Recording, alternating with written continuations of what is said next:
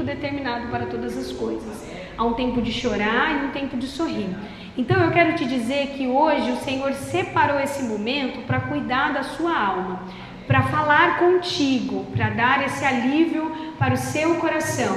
E Ele fala aqui conosco, eu gostaria de abrir com vocês aqui, em João, capítulo 8, e nós vamos ler esses textos, e eu vou explicar exatamente o que o Senhor tem falado comigo durante esse mais de um mês, que Ele tem posto no meu coração sobre essa situação. Então, pode pegar o capítulo 8 aí, pode deixar aqui só a imagem, tá? Do primeiro. Capítulo 8, ele vai falar assim, ele primeiro vai contar sobre uma mulher adúltera, eu não vou ler o texto todo, tá? Depois você vai pegar o capítulo 8. Ele vai contar uma situação de uma mulher que estava pecando, e ela foi pego no flagrante, e aquela mulher, deveria ser condenada à morte, mas aquela mulher ela não foi condenada à morte. O Senhor teve misericórdia dela, disse para ela ir e não pecar mais. Depois Jesus ele começa aqui falando que ele é a luz do mundo. Ele fala que ele é o próprio Deus, que ele e o Pai dele testificam que ele é Deus. E aqui começa uma defesa da missão e autoridade de Jesus. Quando Jesus começa a falar para os fariseus, os judeus que estavam ali, ele dizia que ele vai começar a partir do 21, vai falar assim, ó. De outra feita, lhe falou dizendo: vou retirar-me e vós vai me procurar, mas vocês vão perecer no vosso pecado. Para onde eu vou, você não pode ir. E aí os judeus pensaram: terá ele acaso a intenção de suicidar-se? Porque para onde eu vou eu não posso ir? E prosseguiu: vocês são daqui, e eu sou lá de cima. Vocês são desse mundo, e eu não sou desse mundo. Por isso eu vos disse que morrereis no vosso pecado. Porque se você não crer que eu sou, morrereis no vosso pecado. Então perguntaram: quem é você? Respondeu-lhe Jesus: que é que desde o princípio eu vos tenho falado? Muitas coisas eu tenho para falar a vós e vos julgar. Porém, aquele que me enviou é verdadeiro, de modo que as coisas que eu tenho ouvido dele, eu falo para vocês. Eles, porém, não conseguiram entender que ele falava do Pai.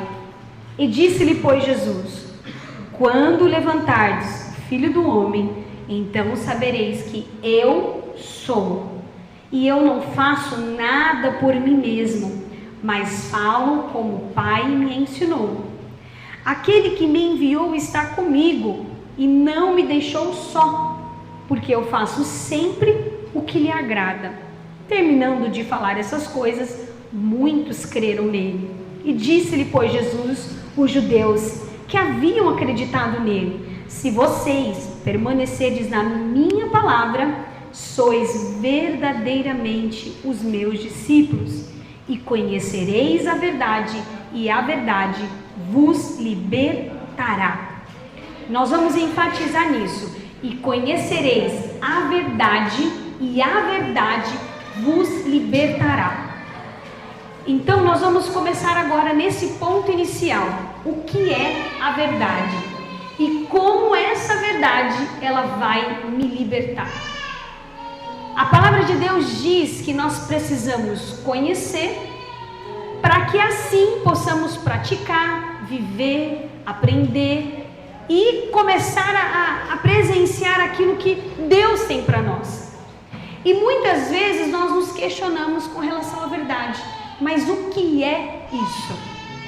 E como eu falei para vocês, que hoje nós vamos falar sobre um assunto principal, que é cuidando da alma. E eu quero começar pelo principal, que é o início dos nossos medos e dos nossos sentimentos da vida. Como tudo começou. Como que as coisas começaram em nós? E eu quero que você comece lá comigo em Gênesis. Nós vamos ler em Gênesis, capítulo 3.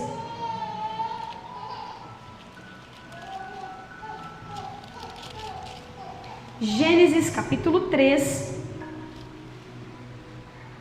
Eu vou lendo aqui, tá bom? Mas a serpente, mais sagaz que todos os animais selváticos que o Senhor Deus tinha feito, falou à mulher. É assim que Deus disse: não coma de toda árvore do jardim. E a mulher respondeu: do fruto da árvore do jardim nós podemos comer, mas aquela fruta que está no meio do jardim, disse Deus: não coma, não toque nela, para que vocês não morram. Aí a serpente disse à mulher: é certo que você não vai morrer, porque Deus sabe que no dia em que você comer, os seus olhos se abrirão como Deus, e sereis conhecedor do bem e do mal. Aqui começa a raiz de todos os males da nossa vida. Vocês prestem atenção que ele vai dizer assim, ó, quando começa assim, no 5: e sereis conhecedor do bem e do mal. O que é conhecer? É alguém que é especialista, é alguém que entende do assunto. O conhecimento, ele vem da capacidade de nós discernir, diferenciar o que é bom e o que é ruim. Quando eu conheço algo, eu posso dizer a minha opinião sobre aquele assunto, porque eu conheço, eu consigo discernir as coisas. Eu acredito que tem muita gente aqui que trabalha em alguma área, que sabe de alguma coisa, então ela tem a compreensão de entender. E quando nós falamos que nós conseguimos entender e compreender entre o bem e o mal, a partir desse momento nós temos o conhecimento e a sensação das nossas emoções e dos nossos sentimentos. Nós temos a noção do que nós vivemos no dia a dia. Tudo se destinou do jardim do Éden, pela desobediência do homem e da mulher. O que é bem? Porque ele fala que eu conheceria, eu teria entendimento do bem. Mas o que é o bem? O bem, na verdade, ele está relacionado à alegria, à felicidade, à sensação real da satisfação plena de algo, aquilo que te traz um bem-estar, uma disposição física, psicológica ou espiritual. Eu estou bem hoje, eu estou fisicamente bem, eu estou disposta, minha mente está leve. Sabe aquela pessoa que consegue dormir bem, descansar, sem preocupações, sem medo? Às vezes ela vai para a praia, descansa. O bem está relacionado com esse bem-estar, uma boa condição física, mental, espiritual. Você sente essa satisfação plena dentro de você.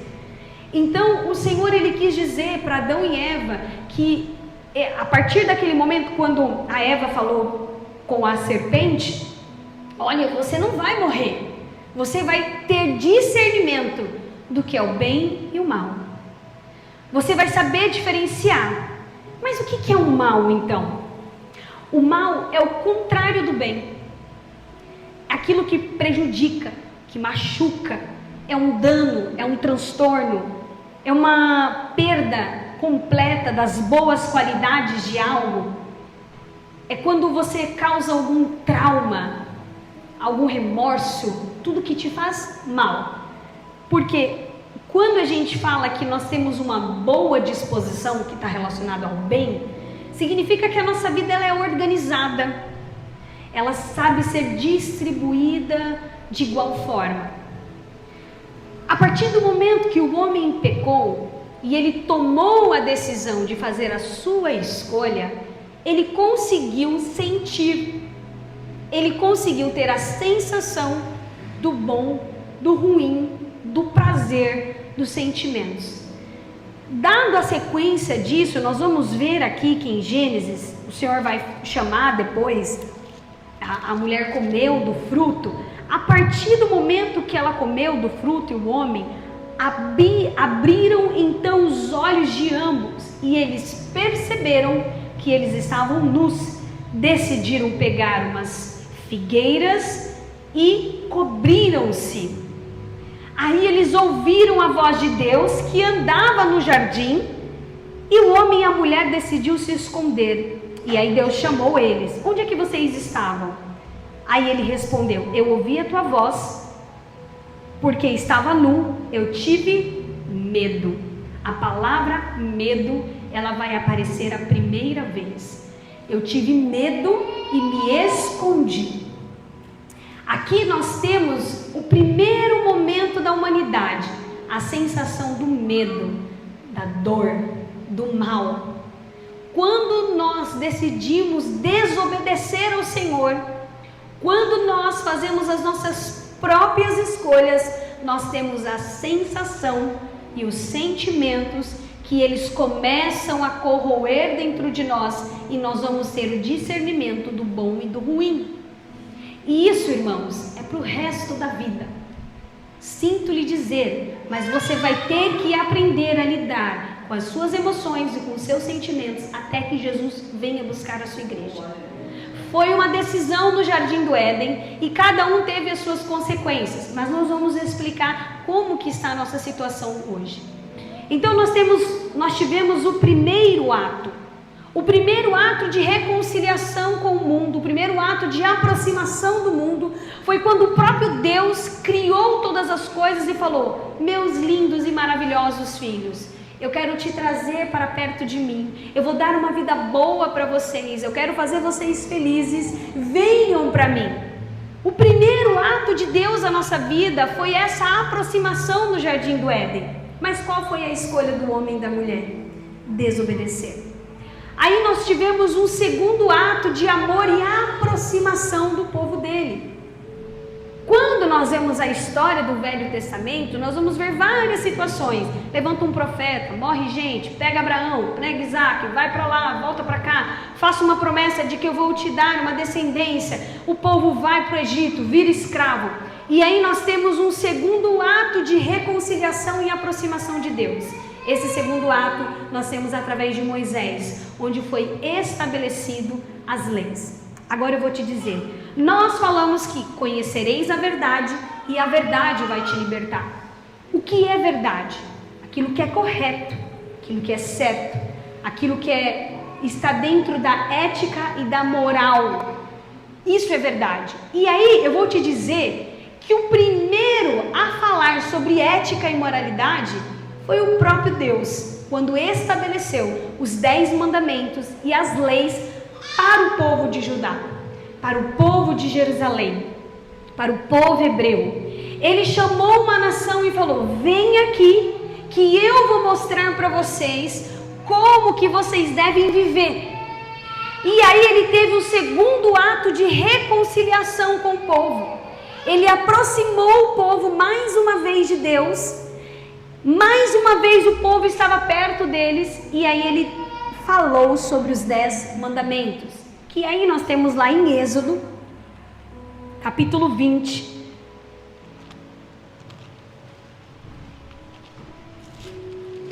Êxodo capítulo 20 vai falar assim, ó. Eu vou resumir, porque os 10 mandamentos ele tem um texto longo. Ele vai falar: então falou Deus essas palavras: eu sou o teu Deus, eu tirei você da terra do Egito e da casa da servidão. Primeiro, você não vai ter outro Deus além de ti. Segundo, você não pode fazer imagem de esculturas, nenhuma semelhança, seja de animal, de qualquer coisa. Não pode adorar essa imagem. Não presta culto para eles, porque eu visito a iniquidade sua e da sua descendência. Não tome o nome do Senhor em vão. Lembra-se do dia de sábado.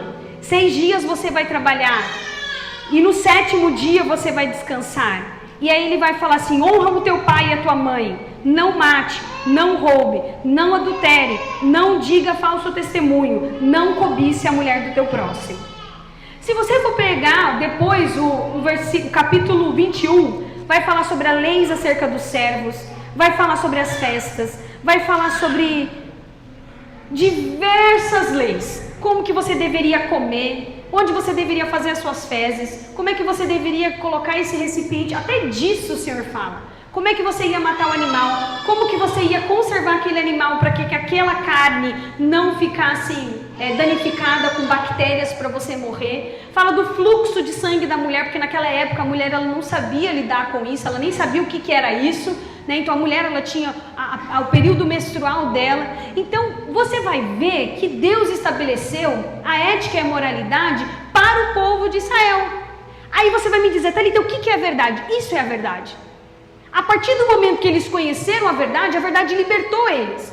Porque eles tinham que aprender a viver como base naquela regra, naquela lei. Porque o que é mandar? O mandamento. O mandamento é uma ordem, é uma determinação. Eu vou organizar as coisas exatamente como elas são. São regras, são leis, são estruturas que vai constituir uma sociedade. E essa estrutura é aquilo que nós vivemos hoje. Quando nós falamos dessa moralidade, o que é moral? Moral é estar de acordo com os bons costumes, o que é certo, o que é errado.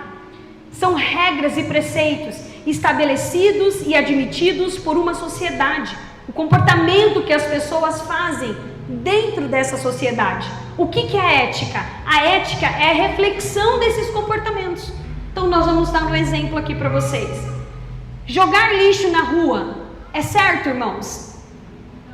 Não, isso é a moral. O que a moral ela nos fala? Que não é certo a gente jogar lixo na rua. O que a ética faz? Ela vai refletir sobre isso. Não é correto nós jogarmos lixo na rua, porque isso vai afetar o nosso sistema ecológico. Isso vai trazer vários problemas de saúde para nós. Então nós temos naturalmente regras estabelecidas no nosso país hoje, que mesmo você não concordando, automaticamente a sua consciência já concorda com aquilo. Você sabe que aquilo não é certo, né? Você sabe que o lugar de urinar, o lugar de fazer fezes não é na rua. Você sabe que existe um lugar apropriado para você fazer isso. Você sabe que o comportamento que você tem que ter com os mais velhos, inconscientemente, você sabe que você tem que respeitar os mais velhos. Se você está sentado e o mais velho chega, você vai dar lugar para ele, porque moralmente falando, isso é correto. Por que eu estou falando isso com vocês? Eu estou querendo dizer que o Senhor estabeleceu desde os princípios aquilo que é bom e aquilo que é ruim para nós. Ele mostrou, olha, para você viver, você precisa me obedecer. Para você viver, você precisa cumprir os 10 mandamentos. Você não pode matar. Só que quando nós temos o Novo Testamento, que aí nós temos a terceira reconciliação com Deus, que é quando o povo não obedeceu os 10 mandamentos. E aí foi uma confusão, muitas confusões. Gente morrendo, morria apedrejado, morria condenado, era morte para todo lado. Então nós vemos que não deu certo essa terceira reconciliação. E aí, nessa segunda reconciliação, aí nós temos mais uma terceira aproximação, que Deus pega o povo e traz de volta para perto dele. Tudo isso tentando voltar ao Jardim do Éden, que era o que Deus planejou desde o princípio para nós. Foi lá que Deus planejou desde o princípio. Então ele pega o povo dele e traz uma nova reconciliação. E como que ele faz essa terceira reconciliação conosco? Ele traz o seu Filho Jesus, que morre por nós, pelos nossos pecados, e vem nos ensinar novamente sobre os 10 mandamentos. Só que ele chega aqui nessa discussão que ele está tendo com os fariseus, que ele começa a ter uma discussão com os fariseus. Ele fala assim: vocês não são filhos de Deus, vocês são filhos do diabo. E o fariseu fica irritado com ele ali. Aqueles judeus, eles ficam totalmente irritados. Como assim você diz que eu sou filho do diabo? Eu sou descendente de Abraão. Abraão é meu pai. Ele, se você fosse descendente, filho de Abraão, você faria o correto, você obedeceria, você cumpriria aquilo que Abraão fez. Mas vocês não, vocês fazem o que o diabo quer. Vocês são filhos do diabo. Jesus, ele foi duro com aquele povo, porque eles viviam apenas de falar, mas eles não praticavam. Eles sabiam que eram os 10 mandamentos, mas eles viviam apenas no ato religioso. Eles viviam pela aparência. Eles oravam, eles estavam ali para orar, mas eles não sentiam a oração deles. Então eles levantavam a voz, ficavam olhando para o relógio de um lado para o outro, e assim, meu Deus, falta 10 minutos, vamos agora, já vai acabar. Eles cumpriam o ato religioso. Eles iam para o templo, eles liam a Torá, eles ensinavam a Torá. Então você não mate, então você não roube, então você não cometa adultério. Eu não matei ninguém. Mas Jesus veio e falou assim: pera, vocês não estão cumprindo os 10 mandamentos. O que eu ensinei sobre o que é certo e o que é errado. Quando vocês pecaram lá no Jardim do Éden, que conheceram o que era bom e o que era ruim, vocês não conseguiram voltar a essa essência. Vocês não conseguiram ter a reconciliação comigo. Espera aí que eu vou ensinar de novo para vocês os 10 mandamentos. E aí eles falam assim, não, mas você veio para abolir ou você veio para cumprir os 10 mandamentos? E a gente fala, não, eu vim cumprir. E aí ele começa a mostrar, a abrir os olhos dele e falar, vou mostrar para vocês como que é os 10 mandamentos. Não mate. Mas não é você pegar uma faca, uma arma e enfiar no seu irmão ou no seu próximo e matar ele. Quando ele fala não mate os irmãos às palavras. Não fale mal das pessoas, não calunie, não machuque a pessoa que está do seu lado. Não seja duro com as palavras, não minta. Você está matando você está matando quem está com o seu lado. Então não adultere não é só você ir lá, trair alguém, trair o seu esposo, trair a sua esposa, adulterar nos seus pensamentos, quando você vê pornografia, quando você vê aquele programa que passa na televisão no domingo à tarde, que todo mundo acha que é um programa lindo, maravilhoso, mas tem um monte de mulheres, sabe, que estão mostrando todo o corpo, que estão dançando até o chão, e você está presenciando aquilo. E você concorda com aquele ato, você acha que aquilo não tem problema. Quando você liga talvez para ver as exposições de carnaval, quando você aprecia todo aquele enredo do carnaval, você como cristão, você liga a televisão, mas eu só estou ligando, Thalita, eu não estou assistindo. A partir do momento que você tem um ato de deixar rolando ali, mas a sua consciência não está com o que está acontecendo, você está adulterando, você está pecando contra o Senhor, os seus olhos estão cobiçando. Você está pecando contra Deus e as suas atitudes muitas vezes se enganam por si só, porque você acha que somente o ato de concluir o ato é suficiente, mas antes disso você já pecou contra o Senhor. Então, quantas vezes, e os judeus ali, aqueles homens, eles estavam cegos, porque eles achavam que somente fazer o ato era o pecado, e quando Jesus veio, ele falou, não, vai muito além disso. Honre o Senhor teu Deus, somente adore a Ele. Vocês estão adorando a Ele? Não. Então quando nós cristãos chegamos na igreja sem saber o sentido de estar aqui, não conseguimos orar, não conseguimos ser tocados pelo Senhor, não ouvimos a voz dEle, você não está o adorando, você não está honrando. Por isso que a palavra do Senhor fala que muitos me honram com lábios, mas o coração está longe de mim. Mas eles não me servem de verdade. O que eu quero te dizer hoje, com base em tudo isso que nós vivemos, nós achamos que estamos fazendo o que é certo. Nós achamos que estamos indo pelo caminho correto, mas nós não estamos. Isso é desobediência, isso é não ouvir a voz de Deus. E sabe o que isso vai te levar? Para as doenças que nós estamos tendo hoje. Isso está te levando à depressão. Isso está te levando à ansiedade. Isso está te levando a crises, porque você não obedece ao Senhor. Você não honra como Ele pediu para você honrar. Nos mínimos detalhes, você tem deixado o adversário infiltrar dentro da sua casa. Você tem fechado os olhos para coisas que estão acontecendo e você não consegue usar a autoridade de Deus que Ele te deu. E eu vou mostrar para você o que a palavra de Deus diz a respeito disso. É claro que eu vou sempre orientá-lo. Se você está passando por um momento difícil, depressivo, uma situação complicada, busque ajuda médica. Não deixe isso passar. Mas, acima de tudo, obedeça ao Senhor. Porque eu fiquei abismada com o estudo que eu estava vendo. 63% das pessoas, foi um levantamento pela Associação Nacional de Medicina do Trabalho, 63% das pessoas que eles entrevistaram, eles tinham ansiedade severa. 37% estava com estresse agudo e 59% apresentavam um quadro depressivo. Você acha que a nossa sociedade de hoje nós falamos que o mal do século 21 é a crise.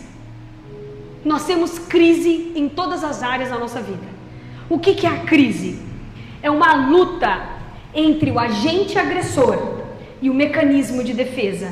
É a luta do bem e do mal. Daquilo que Deus falou e daquilo que muitas vezes o inimigo coloca sobre você. Daquilo que é certo a fazer e daquilo que é errado a fazer. E a crise, ela desenvolve mudanças bruscas, ela desequilibra você, ela te leva para um momento difícil, de desordem, é uma decadência, é uma condição ou um estado de uma pessoa que ela está se deteriorando. E hoje, o mundo do século 21 é marcado por crise, crise no trabalho, crise de ser rico, ser pobre, consumo, de violência, de aquecimento global, todas as crises possíveis nós estamos vivenciando nos últimos dias. E a palavra de Deus diz para nós que nos últimos dias seria exatamente como nós estamos indo. Nós estamos caminhando para esse mundo.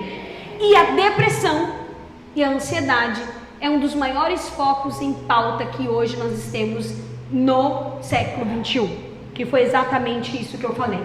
Mas antes de nós entrarmos nesse assunto, vamos ouvir o que a palavra de Deus tem a nos dizer a respeito da obediência. João capítulo 14 e versículo 15. João 14, 15 vai dizer assim: se me amardes, guardarei os meus mandamentos. Se você ama Deus, você precisa ser obediente. Mas não é obedecer pela metade, é obedecer por completo. Não é fechar os olhos para algumas coisas.